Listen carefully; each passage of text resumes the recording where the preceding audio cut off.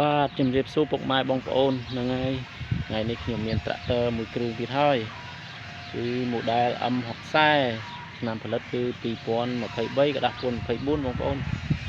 ហ្នឹងហើយម្ចាស់គេត្រូវការលក់បន្ទាន់លុយបងប្អូនត្រាក់ទ័រនេះបាទត្រាក់ទ័រនេះគឺប្រភេទត្រាក់ទ័រកង់កាប់មុខក្រោយបងប្អូនកង់ថ្មី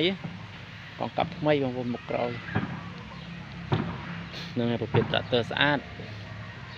រីឯម៉ាស៊ីនប្រអប់លេខអីអត់ទាន់មានដោះរុះរើតាណាទេបងប្អូននេះ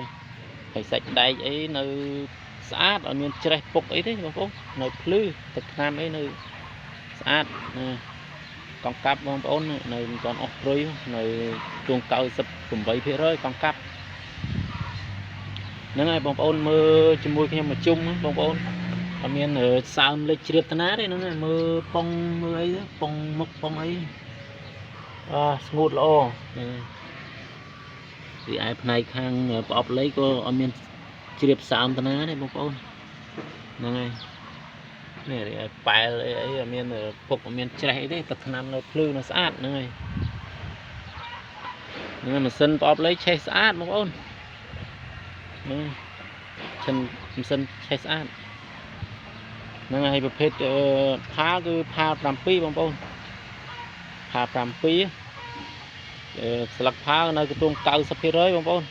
ហ្នឹងនេះផ្នែកខាងក្រោយនៃត្រាក់ទ័រផ្នែកខាងក្រោយនៃត្រាក់ទ័រស្ពើតកង់ហើយអត់មានទាន់ដោះអីទេបងប្អូនហើយអត់មានទាន់លេខសើមអីដែរនៅស្ងួតល្អបាទហ្នឹងហើយបើសិនណាបងប្អូនមានចំណាប់អារម្មណ៍ចង់បានត្រាក់ទ័រ model M60 យកទៅធ្វើស្រែចម្ការអាចមកមើលមួយគ្រឿងនេះបានណាបងប្អូនធានាថាស្អាតហ្នឹងហើយត្រាក់ទ័រនេះម្ចាស់គាត់ប្រើដៃមួយប្រើថែអត់មានប្រើតកង់ជួលទេបងប្អូនហ្នឹងហើយបើបងប្អូនមកមើលវាមិនខកចិត្តទេត្រាក់ទ័រនេះនេះថាស្អាតនេះស្អាតដូចនៅក្នុងរូប